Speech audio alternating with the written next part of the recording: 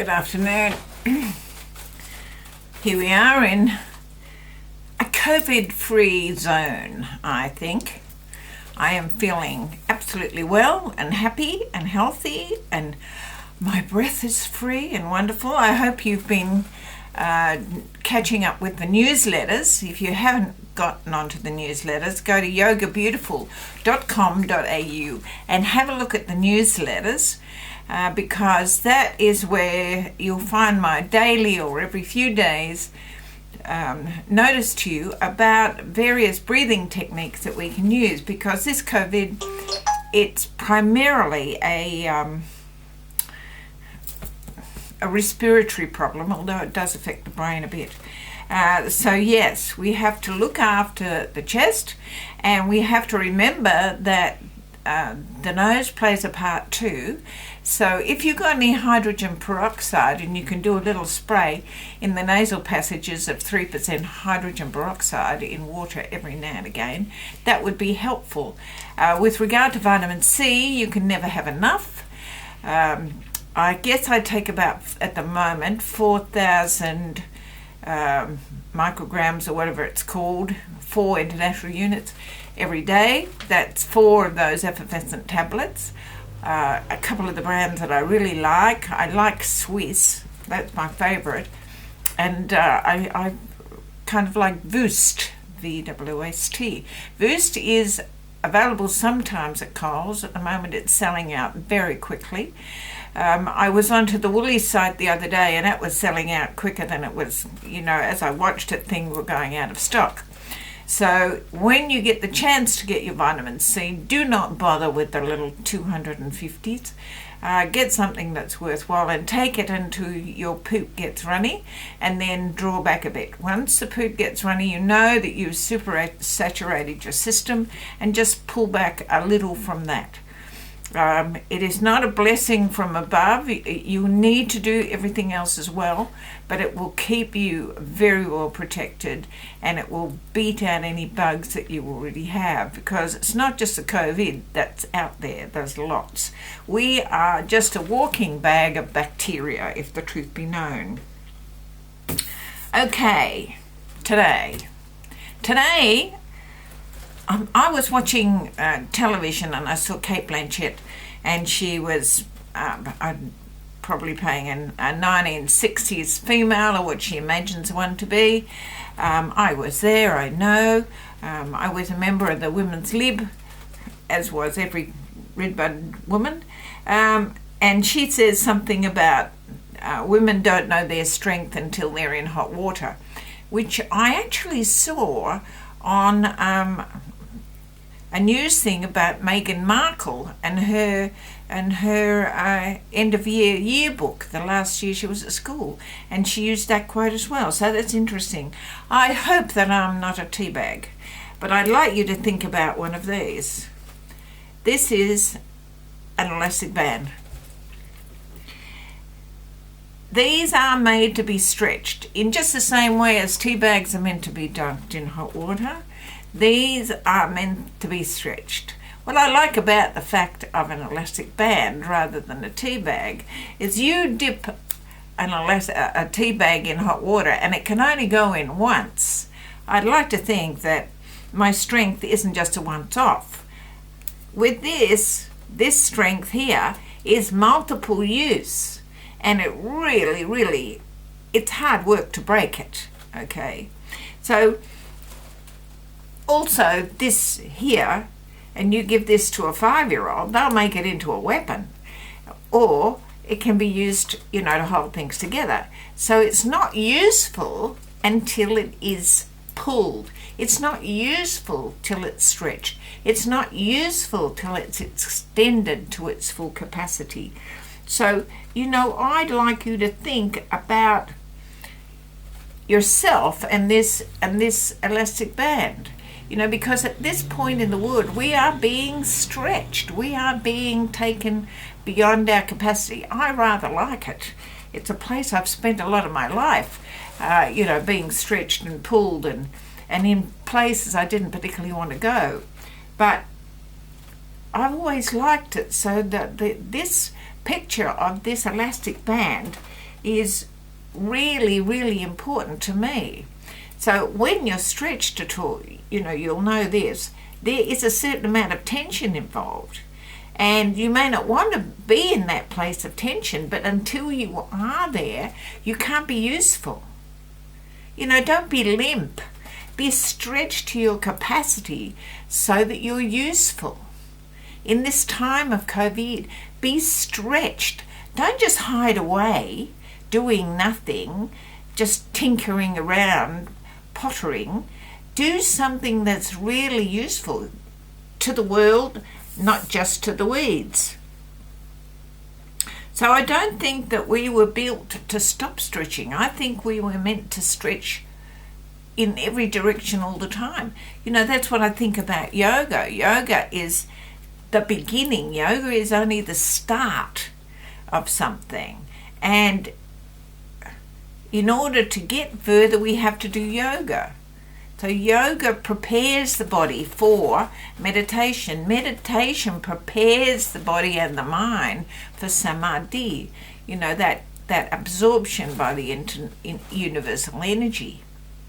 So it's the stretching in the beginning that makes the difference. It's not just a limp being, it's an actual stretch. If you're standing in yoga and you're not putting any effort into it, you might as well go home and do tiddlywinks, because it's not useful. You have to actually make a difference.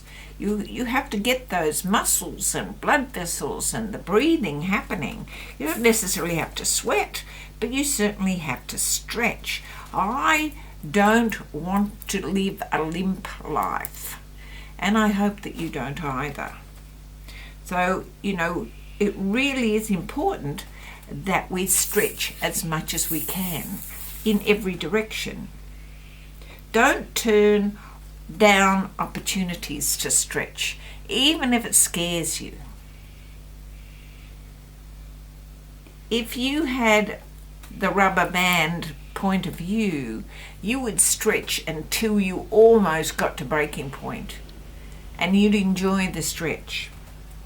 You have to stretch and stretch and stretch uncomfortably.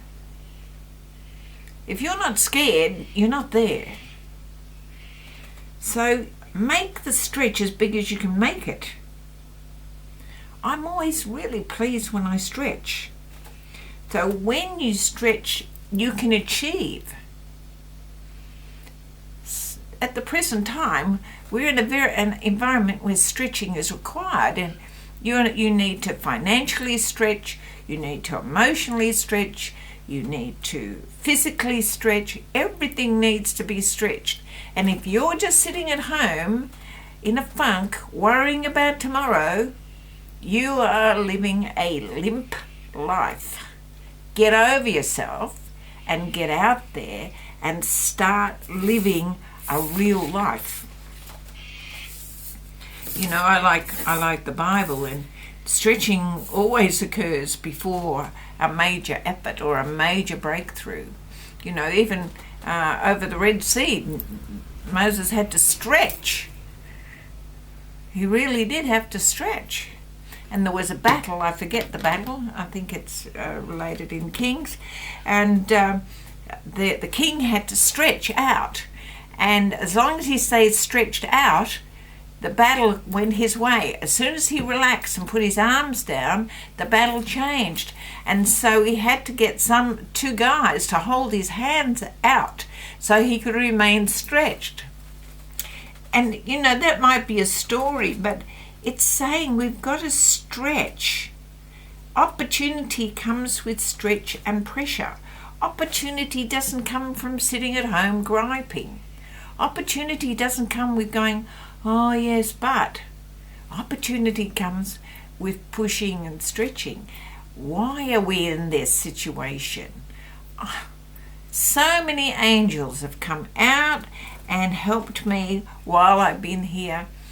I didn't want my water carrying or the front doorstep swept or anything like that. It's been really people just ringing and talking and what do you need? And day before yesterday I ran out of vitamin C. And they stretched themselves and they got me some, which was just amazing.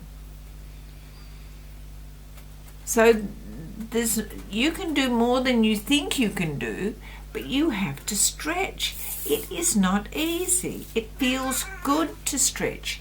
It feels good to be unpredictable. It feels good to stretch to the end and know that you've achieved something. It won't be wonderful if you get to 80 years of age and think, no, I could have done better. You know, I watch cooking shows and it's amazing. This is the cat come to visit. It's amazing on the cooking shows when people don't win and they're interviewed at the end, they say things that indicate that they haven't tried enough. You know, I could have done better. I didn't do as much as I could do on the day. And you think, well, why on earth didn't you? You knew you were in a competition. You knew that you had a chance to win amazing things. Why would you say, when you're interviewed at the end, well, I could have done better? No. The whole point is that you get to the end and you say, I did as well as I could do. I couldn't do any better. I couldn't give any more. There was nothing left in my bucket. That's what you need to say at the end. Not, oh, well, you know, everybody else did better than me, or I could have done better. No. You just go down to the wire. You know, it's time to stretch. It's time to look around and say, why am I in this position? What can I make out of this position? I bet you that the people who are very wealthy in the community aren't sitting around wondering. They're out there looking for opportunities, because when there's chaos, guess what? There's opportunity. Opportunity is mostly found in chaos, because a lot of people take their hands off the wheel. A lot of people are not looking. They're more concentrated on themselves. They're not looking out there for opportunities. It feels fantastic to stretch. Why wouldn't you be stretching?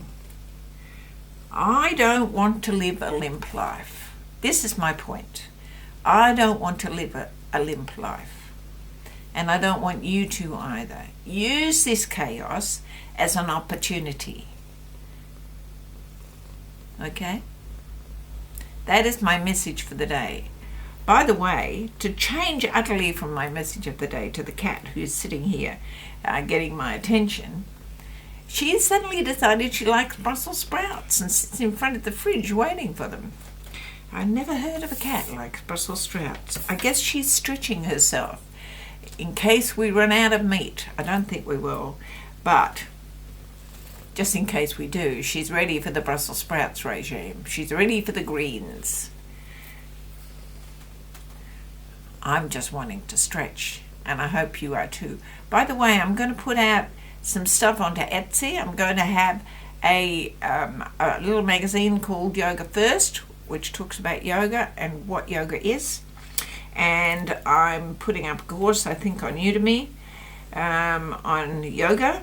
I am getting up and running with this opportunity. I will have cards, I will have planners, I will have all kinds of things. I really do need another, 4 hours in a day would be fine. An extra 4 hours would be good. So just send me your spare 4 hours and I'll be happy. Namaste. Here's the cat.